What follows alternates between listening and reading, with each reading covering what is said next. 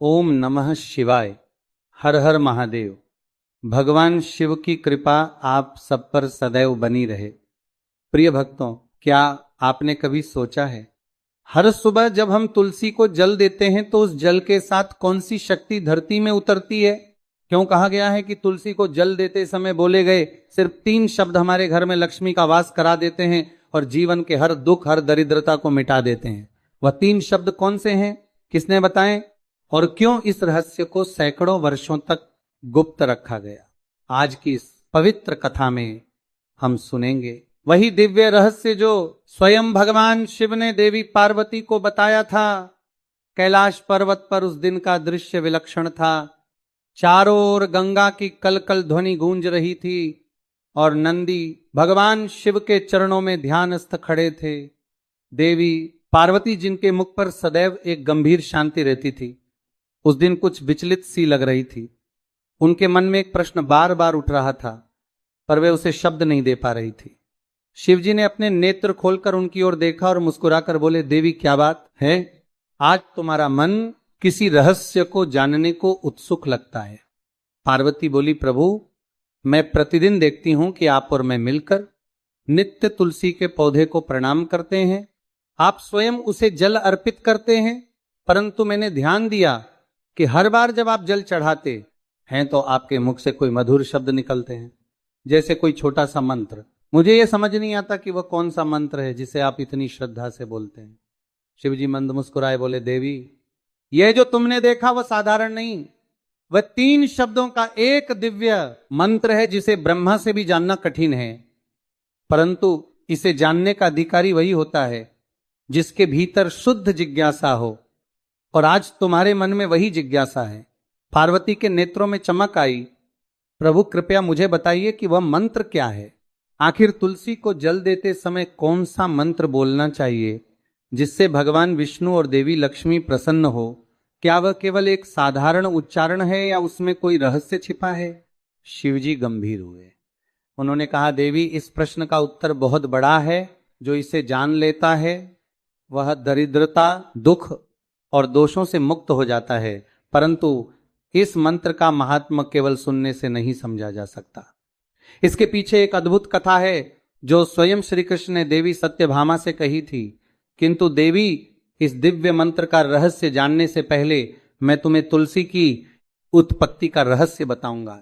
तुलसी की उत्पत्ति का रहस्य सुनने से ही मनुष्य को अश्वमेध यज्ञ का फल प्राप्त होता है।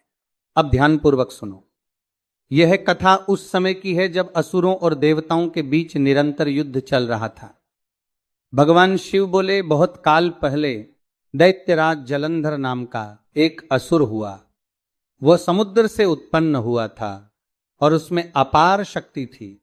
उसके तेज से त्रिलोक कांपता था, परंतु उससे भी अधिक पवित्र थी उसकी पत्नी वृंदा। वृंदा एक अद्वितीय पतिव्रता नारी थी। उसकी तपस्या, उसका संयम और अपने पति के प्रति उसका अटूट विश्वास इतना प्रबल था कि उसके कारण स्वयं देवताओं को भी युद्ध में विजय नहीं मिलती थी। जब देवताओं और जलंधर के बीच युद्ध हुआ तब देवता अनेक बार पराजित हुए। तब वे भगवान विष्णु के पास गए और बोले, प्रभु जलंधर तो आपकी ही शक्ति से जन्मा है, परंतु उसकी पत्नी वृंदा के पतिव्रत के कारण हम कुछ नहीं कर पा रहे। उसकी नारी शक्ति उसे अजय बना रही है। भगवान विष्णु गंभीर हुए। उन्होंने कहा, वृंदा का पतिव्रत वास्तव में अद्भुत है। ऐसी नारी का व्रत भंग करना किसी के लिए भी पाप समान है, परंतु जब अधर्म बढ़ जाता है तब कभी कभी धर्म को भी कठोर निर्णय लेना पड़ता है। विष्णु ने ध्यान लगाया और रूप बदलकर जलंधर का रूप धारण किया। वे वृंदा के आश्रम में पहुंचे। वृंदा ने उन्हें अपने पति के रूप में देखा और प्रणाम किया। उनका पतिव्रत खंडित हो गया क्योंकि उसने अनजाने में किसी और को परी समझकर उसका स्वागत किया। उसी क्षण जलंधर युद्ध भूमि में मारा गया। जब वृंदा को यह सत्य ज्ञात हुआ तो वह क्रोध और वेदना से कांप उठी। उसने भगवान विष्णु को श्राप दिया, हे नारायण, जैसे आपने मेरे पतिव्रत को भंग किया वैसे ही आप भी कभी पत्नी वियोग का दुख सहेंगे। उसके शब्द सुनते ही पृथ्वी थर्रा उठी। विष्णु ने नम्रता से कहा, हे वृंदा, तुमने धर्म के मार्ग पर चलकर यह जीवन जिया है। तुम्हारा क्रोध भी पवित्र है, मैं तुम्हारे श्राप को स्वीकार करता हूं, क्योंकि यह मेरे भविष्य के अवतारों में धर्म स्थापन का कारण बनेगा। परंतु तुम्हारी पवित्रता सदा इस धरती पर जीवित रहेगी। तुम्हारा शरीर भले ही न रहे, पर तुम्हारा नाम तुलसी बनकर सृष्टि में अमर रहेगा। वृंदा ने अपने प्राण त्याग दिए और उस स्थान पर जहां उसका शरीर गिरा था, वहां एक दिव्य पौधा उगाया जिसकी सुगंध स्वर्ग तक पहुंच गई। वह पौधा था तुलसी। भगवान विष्णु ने स्वयं उस पौधे को प्रणाम किया और कहा, हे देवी तुलसी, अब से तुम्हारा वास हर उस स्थान पर होगा जहां भक्ति, प्रेम और धर्म रहेगा। तुम्हारे बिना मेरी पूजा अधूरी होगी। शिव बोले, देवी, जब यह हुआ तब स्वर्ग में स्वयं देवी लक्ष्मी प्रकट हुई। उन्होंने तुलसी के पौधे के समीप जाकर कहा, बहन, आज से हम दोनों मिलकर विष्णु की आराधना का मार्ग बनेंगे। जहां मैं रहूंगी वहां तुम भी रहोगी। जो तुलसी को जल देगा उसे लक्ष्मी की कृपा भी मिलेगी। उस दिन से तुलसी और लक्ष्मी अविभाज्य हो गई। पार्वती ने विस्मय से पूछा, प्रभु, क्या इसलिए तुलसी को जल चढ़ाने से धन की प्राप्ति होती है? शिव बोले, हाँ देवी, क्योंकि तुलसी धन की अधिष्ठात्री लक्ष्मी का ही रूप है, परंतु यह लक्ष्मी का वह रूप है जो पवित्रता, सादगी और भक्ति से प्रकट होता है। इसीलिए तुलसी का पूजन केवल वैभव के लिए नहीं, आत्मशुद्धि के लिए भी आवश्यक है। पार्वती ने आगे पूछा, पर प्रभु, यह तो भगवान विष्णु से जुड़ी कथा है, फिर आप स्वयं प्रतिदिन तुलसी को जल क्यों देते हैं? शिव मुस्कुराए, देवी, यह प्रश्न भी उतना ही गढ़ है। तुलसी भले ही विष्णु की प्रिय है, पर वह मुझे भी उतनी ही प्रिय है, क्योंकि तुलसी वह माध्यम है जो मनुष्य के हृदय को शुद्ध करती हैं, और शुद्ध हृदय ही शिव को प्राप्त करता है। जब कोई तुलसी को जल देता है तो वह केवल जल नहीं चढ़ाता, वह अपने मन के मल को धोता है। इसलिए मैं भी नित्य तुलसी को जल देकर मानवता को यही संदेश देता हूं कि पवित्रता ही परम भक्ति है। पार्वती ने कहा, प्रभु, तो क्या यह सत्य है कि तुलसी के पत्ते शिवलिंग पर नहीं चढ़ाए जाते? शिव बोले, हाँ देवी, क्योंकि तुलसी वृंदा का रूप है और वृंदा का पतिव्रत भगवान विष्णु से जुड़ा है, अतः उसका अर्पण केवल विष्णु को ही उचित है। परंतु इसका अर्थ यह नहीं कि तुलसी शिव को अप्रिय है। तुलसी का पूजन और उसके समक्ष दीप जलाना मेरे लिए भी अत्यंत प्रिय है, क्योंकि वह पवित्रता का प्रतीक है। पार्वती ने हाथ जोड़कर कहा, प्रभु, तुलसी की उत्पत्ति का रहस्य तो आपने सुना दिया, अब कृपा करके 3 शब्दों वाले उस मंत्र का रहस्य भी बताइए। तुलसी को जल देते समय क्या मंत्र बोलना चाहिए? कृपा करके वह कथा मुझे सुनाइए। शिवजी ने शांत दृष्टि से देवी की ओर देखा, मुस्कुराए और बोले, देवी, तुम्हारा यह प्रश्न साधारण नहीं है। इस प्रश्न का उत्तर देने से पहले तुम्हें एक कथा सुननी होगी, क्योंकि बिना उस कथा को सुने इस मंत्र का अर्थ अधूरा रहेगा। यह कथा भगवान श्री कृष्ण और देवी सत्यभामा से जुड़ी है। उन्होंने भी वही प्रश्न पूछा था जो आज तुम मुझसे पूछ रही हो। तुलसी को जल देते समय क्या बोलना चाहिए? अब ध्यान से सुनो। ये कथा सुनने मात्र से ही पाप मिट जाते हैं और मनुष्य को 100 वर्ष तक तुलसी पूजन का पुण्य मिलता है। द्वारका नगरी उस दिन बड़ी शोभायमान थी। समुद्र की लहरें मोतियों सी चमक रही थी, महलों की दीवारें स्वर्ण सी दमक रही थी। देवी सत्यभामा अपने महल की बालकनी से नीचे देख रही थी, जहां देवी रुक्मणी तुलसी को जल चढ़ा रही थी।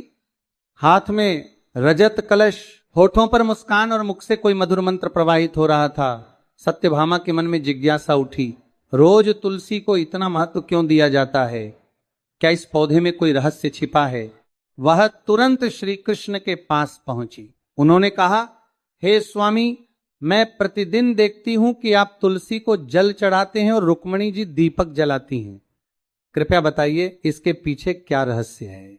आखिर तुलसी का ऐसा कौन सा महत्व है कि स्वयं भगवान उस पर जल चढ़ाते हैं? श्री कृष्ण मुस्कुराए, देवी, यह प्रश्न अत्यंत शुभ है।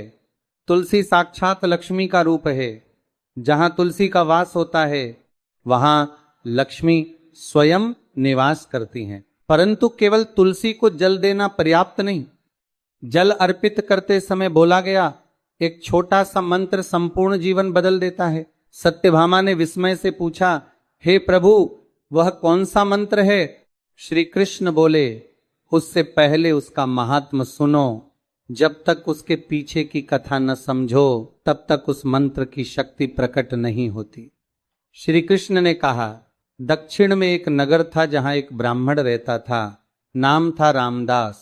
जन्म से ब्राह्मण पर कर्म से पापी। वह न पूजा करता, न दान देता, न अतिथियों का आदर करता। व्यभिचारी, मांसाहारी, मद्यपाई और निर्दयी था। लोग उससे घृणा करते थे, पर वह अपने दुराचारों में मग्न था। एक दिन पत्ते तोड़ने के लिए वह एक ऋषि की वाटिका में गया। जब वह पवित्र तुलसी और अन्य पौधों को तोड़ने लगा, तभी एक काला सर्प आया और उसे डंस लिया। उसी क्षण उसकी मृत्यु हो गई। श्री कृष्ण बोले, देवी जैसे ही उसकी आत्मा निकली, 2 यमदूत प्रकट हुए। उन्होंने कहा, चल पापी, अब तेरे कर्मों का फल भुगत। वह दया याचना करता रहा, परंतु दूत उसे यमलोक ले गए। वहां चित्रगुप्त ने लेखा दे देखा और बोले, इस ब्राह्मण ने जीवन भर केवल पाप किया है। यमराज ने आदेश दिया, इसे घोर नरक में डाल दो। सदियों तक नरक की अग्नि में तड़पने के बाद उसे बैल के रूप में जन्म मिला। वही ब्राह्मण अब बोझा ढोने वाला पशु था। दिन रात पीठ पर बोझ और मालिक की मार। वर्ष बीतते गए, शरीर थक गया। एक दिन उसका मालिक उसे एक लंगड़े व्यक्ति को बेच देता है। वो लंगड़ा व्यक्ति उस बैल की पीठ पर सवार होकर यात्रा करता था। कई वर्षों बाद एक दिन वह बेव बैल अत्यंत थक कर पर्वत पर गिर पड़ा। मुंह से झाग निकलने लगे, शरीर कांपने लगा। आसपास कुछ लोग इकट्ठा हुए। किसी ने कहा, अरे इसे पानी दो। किसी ने उसके सिर पर हाथ फेरा। उनमें से एक पुण्यात्मा ने कहा, हे प्रभु, मेरा थोड़ा सा पुण्य इस बैल को दे दो। और उसने नेत्र मूंद कर प्रार्थना की। उसकी देखा देखी कई लोगों ने भी अपने पुण्य का अंश उस बैल को समर्पित किया। वहीं एक वेश्या भी खड़ी थी।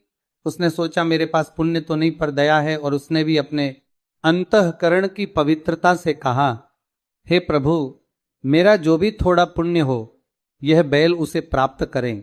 कुछ ही क्षणों बाद बैल ने प्राण त्याग दिए। यमदूत फिर आए, पर जब चित्रगुप्त ने लिखादे देखा तो आश्चर्य हुआ। उस वेश्या के पुण्य से उस आत्मा के सभी पाप नष्ट हो गए थे। यमराज ने कहा, हे ब्राह्मण, उस वेश्या ने तुझ पर महान उपकार किया है। उसके पुण्य से तू मुक्त हुआ है। अब जा पुनः मनुष्य जन्म ले। इस बार वह ब्राह्मण एक श्रेष्ठ कुल में जन्मा। बचपन से ही उसमें वैराग्य और करुणा थी। जब वह बड़ा हुआ तो उसे अपने पूर्व जन्म की सारी बातें याद आने लगी। नरक की यातनाएं, बैल का जीवन और वह वृद्ध वेश्या जिसने उसे पुण्य दिया था, वह सोचने लगा, कौन सा पुण्य इतना महान था कि उसके स्पर्श से मेरे जन्मों के पाप मिट गए। उसने संकल्प लिया कि उस वेश्या को ढूंढेगा। महीनों की यात्रा के बाद वह वेश्या के नगर पहुंचा। अब वह बूढ़ी हो चुकी थी। वह उसके चरणों में झुक गया। माता, मैं वही बैल हूं जिसे तुमने पुण्य दिया था। तुम्हारे कारण मैं मुक्त हुआ। कृपया बताओ, तुमने कौन सा पुण्य मुझे दिया था। वेश्या रो पड़ी, बेटा, मैंने तो कोई महान कर्म नहीं किया। मेरे घर में एक तोता था जो दिन रात एक ही मंत्र बोलता था। वही पुण्य मैंने तुझे दिया था। ब्राह्मण चकित हुआ, कौन सा मंत्र? वह किस देवता का था? वेश्या ने कहा, मुझे उसका अर्थ नहीं ज्ञात, परंतु वह तुलसी के पास बोला जाता था। वही मेरे जीवन को बदल गया। दोनों उस तोते के पास पहुंचे। तोता वृद्ध था, पर उसके नेत्रों में प्रकाश था। उसने कहा, हे ब्राह्मण, मैं पिछले जन्म में तुम्हारी तरह ही एक अभिमानी ब्राह्मण था। गुरुजनों का अपमान किया, शास्त्रों को केवल अहंकार के लिए पढ़ा। मृत्यु के बाद यमराज ने कहा, जाओ तोते के रूप में जन्म लो। फिर कुछ मुनि मुझे अपने आश्रम में ले गए। वहां वे प्रतिदिन तुलसी को जल देते और एक मंत्र बोलते थे। उसी मंत्र को सुन सुनकर मैंने याद कर लिया। मैं जब जब वह मंत्र बोलता था, मन शांत होता था और धीरे धीरे मेरे सारे पाप मिट गए। वेश्या बोली, मैंने भी उस मंत्र को सुन सुनकर जपना शुरू कर दिया। उसी के प्रभाव से मैंने अपना पापी जीवन छोड़ दिया। ब्राह्मण ने विस्मय से पूछा, वह मंत्र क्या है? तोता मुस्कुराया, उसका रहस्य तभी खुलता है जब मन पूर्ण श्रद्धा से भरा हो। कैलाश पर कथा सुनाते हुए शिवजी ने पार्वती की ओर देखा। हे गिरिजा, यही वही कथा है जो भगवान श्री कृष्ण ने देवी सत्यभामा को सुनाई थी। उन्होंने तब कहा था कि उस तोते द्वारा बोले गए 3 शब्दों का मंत्र ही तुलसी को जल देते समय बोला जाना चाहिए, परंतु शिवजी रुक गए। शिव बोले, देवी, उस मंत्र का रहस्य सुनने से पहले मन को शुद्ध करना आवश्यक है। जो बिना श्रद्धा सुने उसके लिए यह केवल शब्द है, और जो श्रद्धा से सुने उसके लिए यह मुक्ति का द्वार है। देवी पार्वती के नेत्रों में जिज्ञासा और भक्ति का प्रकाश भर गया। उन्होंने शिव जी के चरणों में शीश झुकाया और कहा, प्रभु फिर आगे क्या हुआ? आप मुझे वह दिव्य मंत्र बताएं जो तुलसी को जल देते समय बोला जाता है। शिव मुस्कुराए, अवश्य देवी, मैं उस मंत्र का रहस्य बताऊंगा जो केवल 3 शब्दों का है, परंतु उसके प्रभाव से लक्ष्मी स्वयं घर में प्रवेश करती हैं। आकाश में मंद गंधर्व गान गूंज उठा। कैलाश की हवा में तुलसी की सुगंध फैल गई और रात की निस्तब्धता में वह प्रश्न गूंजता रहा, तुलसी को जल देने का मंत्र कौन सा है? रात बीत चुकी थी। देवी पार्वती अपने कमलासन पर ध्यानमग्न बैठी थी। उनके नेत्र बंद थे, पर मन बार बार उसी विचार में जा रहा था। वह 3 शब्दों का मंत्र कौन सा होगा जिसे बोलने से लक्ष्मी स्वयं घर में आती हैं? उसी समय भगवान शिव प्रकट हुए। त्रिपुंड तिलक से उनका मुख तेजस्वी लग रहा था, जटाओं से गंगा झर रही थी और चारों ओर नंदी भूत गण और रिद्धि सिद्धियां उपस्थित थी। पार्वती ने नेत्र खोले और नम्रता से कहा, प्रभु पूरी रात मेरा मन एक ही विचार में डूबा रहा।